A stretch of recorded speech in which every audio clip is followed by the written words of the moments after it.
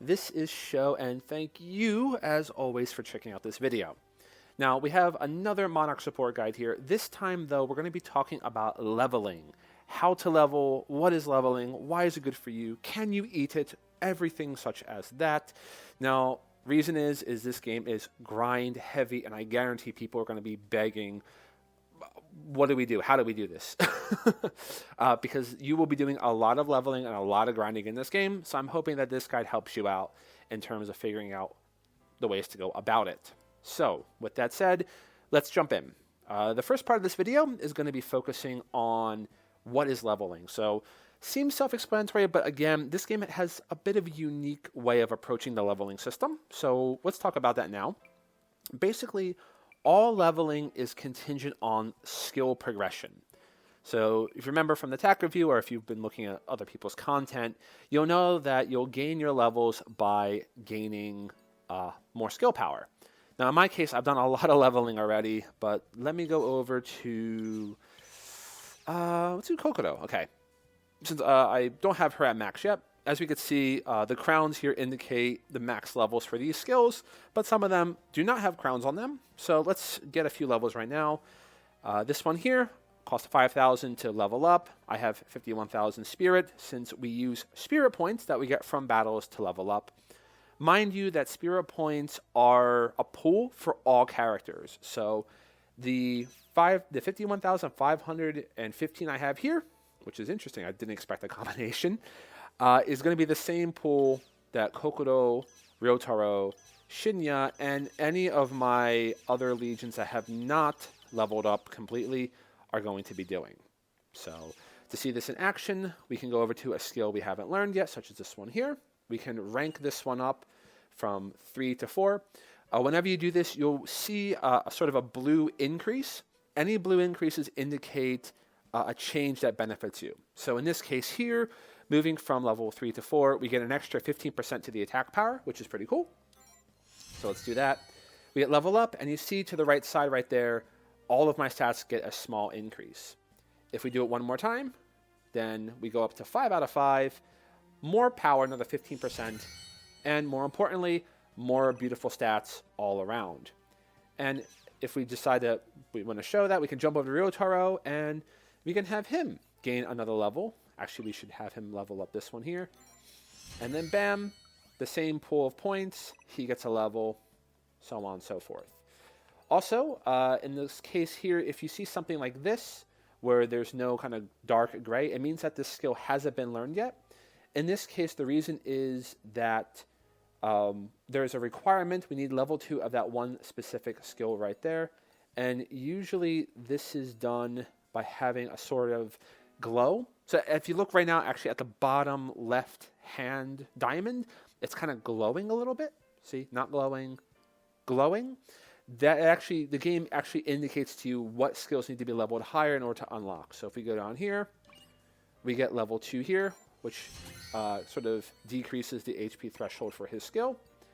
Suddenly, we meet all the requirements, and we can get this skill. And this one is actually a very important one because this actually increases the amount of awake he gets by using Resolve. So this is a skill I highly recommend getting on all your human characters as soon as possible. And as you see there, I kind of jumped through it real quick, but the level of the skill has gone up tremendously. So rank 1 was what, like 2,000? Rank 2 was like 5,000 or 6,000. Rank 3 is 15,000 experience, 15,000 spirit. So you will definitely be going and doing a lot of farming if you're looking to max out your entire characters for the achievement.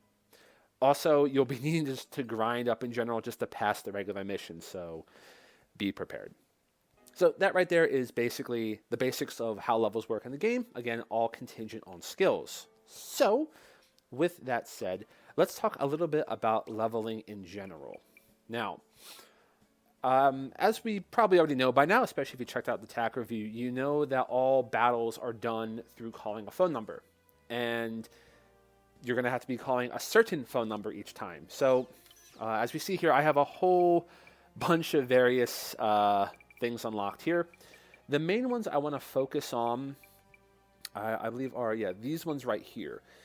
In Japanese, they refer to as the Fertility Gardens, though I can't remember off the top of my head what the English translation is, but it's basically a specific leveling level that is used to gain levels. Haha, that was a mouthful.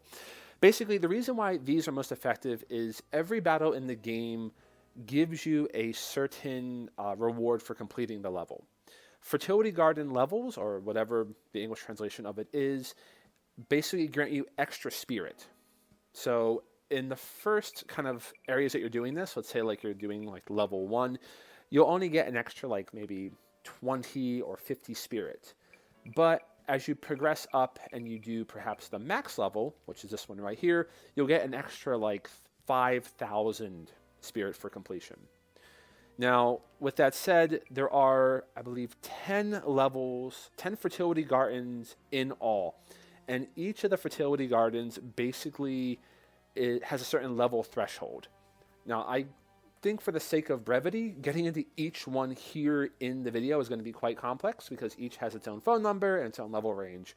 So what I will do is I will put in the description of the video basically all of the phone numbers and what would be the recommended level ranges for them. Do note though, and this is extremely important, just because there's a certain level range doesn't really mean that you should be in that range always. Obviously, from people who know how to grind, fast time is everything. So the faster you can clear a stage, the more output you'll get.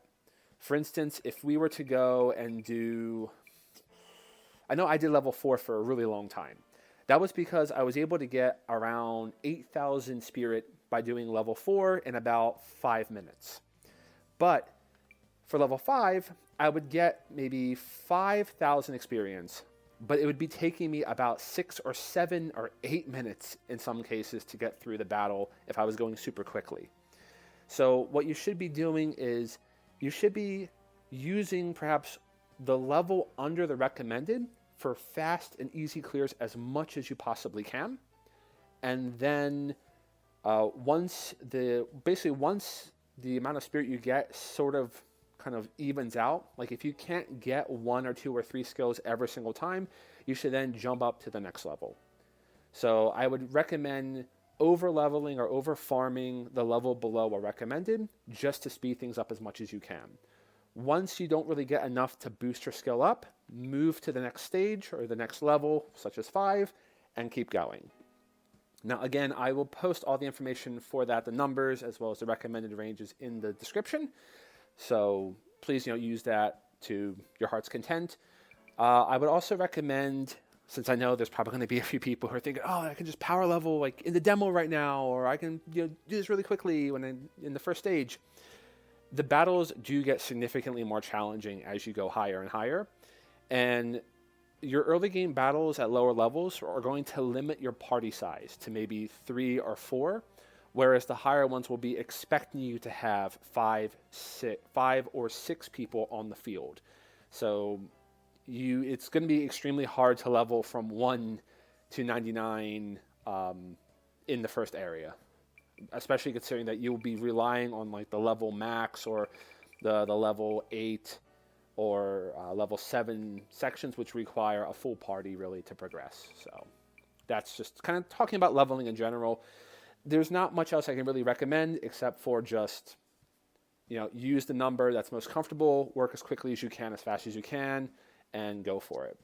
The amount of spirit you get if you use a fertility garden will always give you a kind of guaranteed payout at the end.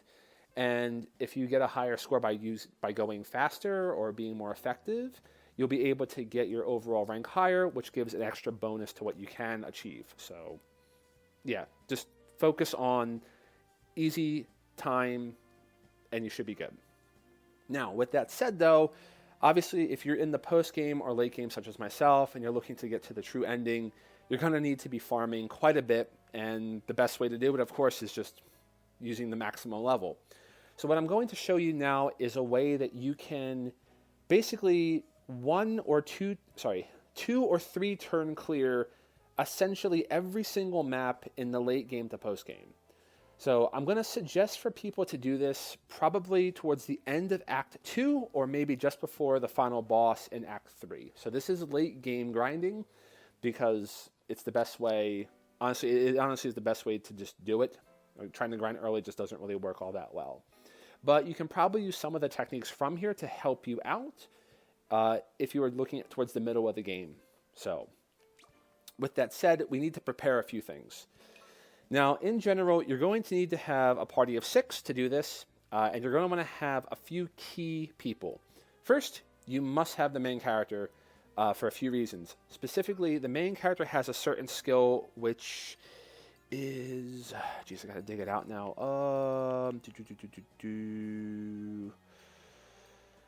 Where are you? That's not it.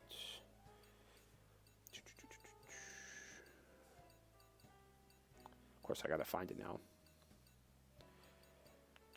The main character has a specific skill that is called Denial of Authority. I feel like it might be this one. Basically, Denial of Authority, no, it shouldn't be that one. Denial of Authority basically has the main character immune from any authority damage. So if somebody uses an authority skill, it's automatically blocked. So the main character is going to need to have that one. Next up, you're going to want to have Kokoro. Specifically with Kokoro, there's a few things that sort of help her out. You're going to need her Awakening skill unlocked. So that is going to be this one here, which is, I think, Critical Report, which is going to boost the entire party's critical rate to 100% for the next action. You're going to need to have that. I would also recommend having, if you can get it, her boost to her Awakening gauge. So... I think it's this one right here. Yes, so this one here. If you're able to max this one out, this allows, every time she uses Resolve, she'll get 35% on her Awakening. This is just helpful to speed up the process, but not really required. If you don't have this at max, then it's probably going to take you maybe 4 turns to clear one of these stages, but this definitely drops it down to a very easy 2 or 3. You're also going to need to have 2 specific legions good to go. The first one is going to be the Pride one, and the Pride Legion is going to need to know something called, I think it's Cognitive Enhancement is the English translation. It's this one right here. Basically what it does is it increases the psi and agility of one target by 1 stage at the cost of the Pride unit going to sleep. Now, you're going to need this to help boost accuracy and to boost overall attack power, but this is going to be one you want to have. So you want to have this one unlocked. I'm not too sure how the English translation is going to handle it. Just know it's the one that increases your agility and psi by 1, but it actually knocks you out to sleep. So you're going to need the Pride ready. And probably the absolutely most important one, Lust. I talked about this one in the attack review. You need Lust for a few reasons. First, you need Lust in order to have access to their psi boosting skill, this one right here. So this one, I think, is referred to in English as Mental Fever, perhaps? Yeah, I'm not too sure how they're going to translate it, but what it does is it increases your psi by 2. Actually, is this one it? No, sorry, this one. Yeah, Mental Fever. The other one's for all parties, sorry. This one here, Mental Fever, it increases your psi by 2. So, 2 stages. This is super important because you'll find that in this game, the psi power, like your magic skills, your authority skills, are absolutely broken. For late game fighting. You really need to invest in this. So make sure that you can max out Mental Fever in order to get the best bonus you can from increasing your psi by 2. And it's also going to need the Area of Effect Attack. Yes, for this one, which I guess is Shadow Freezing Garden? I think. Again, I'm not too sure how they're going to handle it, but basically you're going to need to have the Area of Effect hit.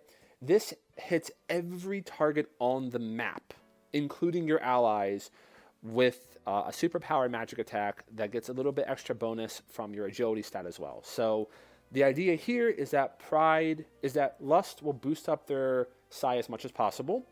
Then Pride will help boost their psi and agility.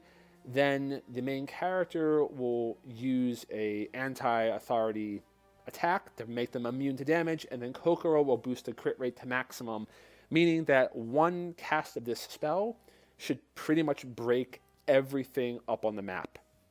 And it usually does, with maybe exception to 1 or 2 targets. Additionally, you can help prepare by having your other legions, by using a bunch of other legions, preferably ones with high defense and high HP. There is also a specific vessel, or one of the body armors. I think it's the leg category, but I'm not 100% sure. That has a skill that I can translate as automatic resuscitation, but I don't know the exact English that they're going to use for it. I've also have yet to get this skill unlocked because some of the vessels, the armors you can equip, provide skill bonuses. So yeah, I'm not 100% sure if it's leg. I think it's on the leg unit, but look for something that's like automatic revival, automatic resuscitation, something like that.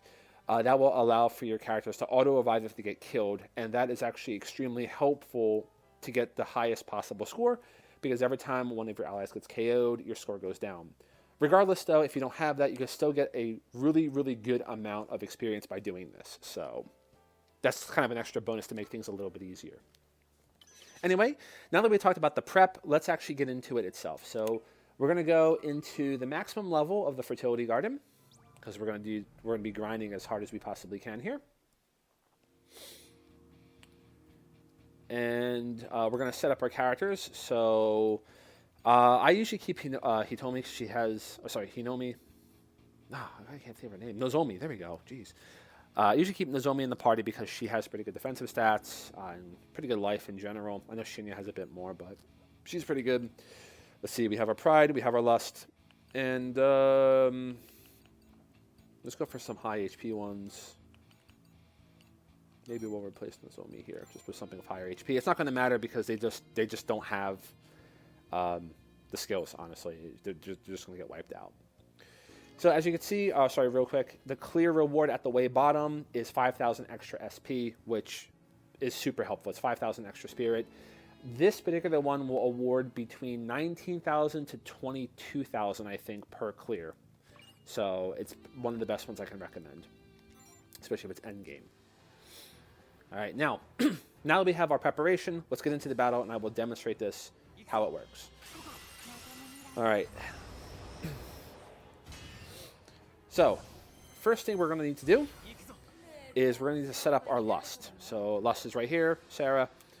We're going to have her cast her Mental Fever. So as we see here, it increases psi by 2. We're going to have her cast it. Oh no! I didn't... Whoops. Okay, that was a huge mistake. I didn't visit the nurse for madness. Jeez. Okay, I'm so bad at this game. I'll fix that in a second. So first, cast Mental Fever. Increase her psi by 2. We can see that it's on her character there. Next, we're going to reorder her. So just have one of your other legions just reorder, and then we're going to use it one more time. Now, in this game, you can have a maximum of 5 stages of a buff. So right now she's at 4. To make things a little bit easier, just so we don't break this too badly, I'm going to use one of my... One of my items that will lower her madness gauge. There we go. Boosh. Okay. So, this is sort of an optional step there. So, she's done her 2. Next up, we're going to go over to Kokoro. Kokoro's going to use Resolve. Now, if you are like me and you have everything unlocked, her Resolve will be 35 here. Or use another Defer or Reorder on Kokoro. And then you will use another Resolve here.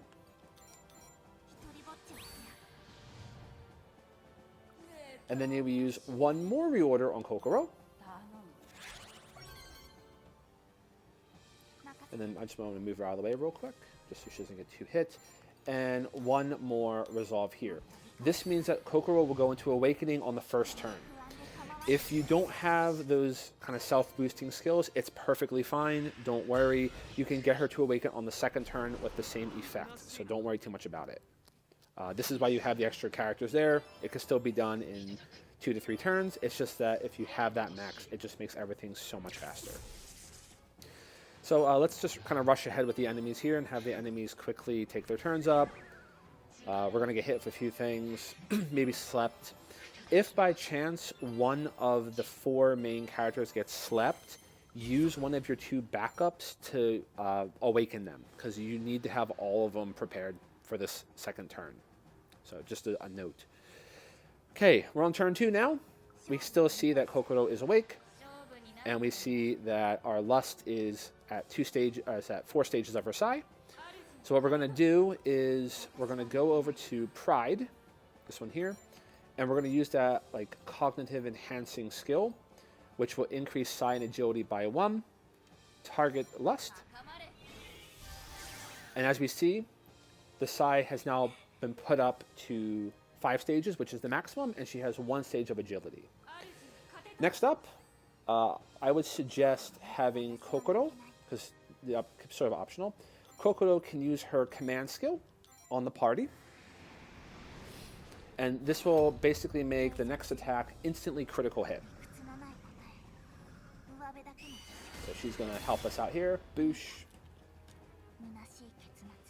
Thank you, Kokoro. All right. You can basically, I would suggest having your 2 spares, if they're free, maybe try to target one of the higher HP enemies. So if they have around 2k, you might want to try to target it, which would be helpful. Main character, this is really important, because remember, if the main character dies, it's game over. Here it is. This is the skill you want. This is Denial of Authority, and it will make him immune to all magic attacks, or all authority attacks for 1 turn. So you see that orb pop up. Then, with everything set in place, we're going to hop back in Lust, and we're going to select the Shadow Frozen Realm here.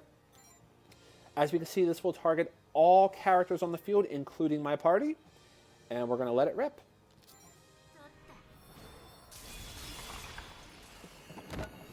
And as we see, everything pretty much gets wiped out in a single shot. Now, sometimes, obviously, some will live, but that means we can use our 3rd turn here.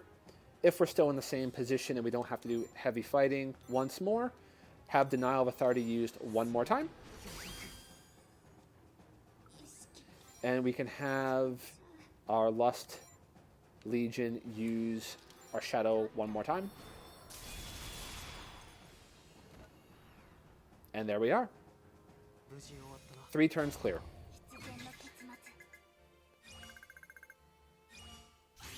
And there you go. So for that one, I was able to get those critical hits in right. So I got the critical amount being super high because I used the 4-turn attack with my 1 Legion there. And that gives us the A rank. If you don't do that with the critical hits, you're going to get probably a C for this one, which is going to get you about 1,000 or so less, around, I think it's usually around 21,000. But here, if you're able to pull it off, you get that A, get those critical hits in, 23,408, which isn't bad at all. Plus, we have a body armor we can use here. So this actually gives the rain fire skill, which is kind of cool. Or we can just have this be sold and get an extra like 200 or 400 extra spirit from this. So there you go. That is how I would recommend doing farming. This method is good for clearing out any of the stages late game, except for the super hard extra boss battles, which is a topic for another day. So if this video was helpful for you, please be sure to like, leave a comment down below. Let me know your thoughts. If you need anything kind of more clearly explained or a little bit more detail, do let me know. And yeah, if this was super helpful, again, subscribe to the channel would be super helpful.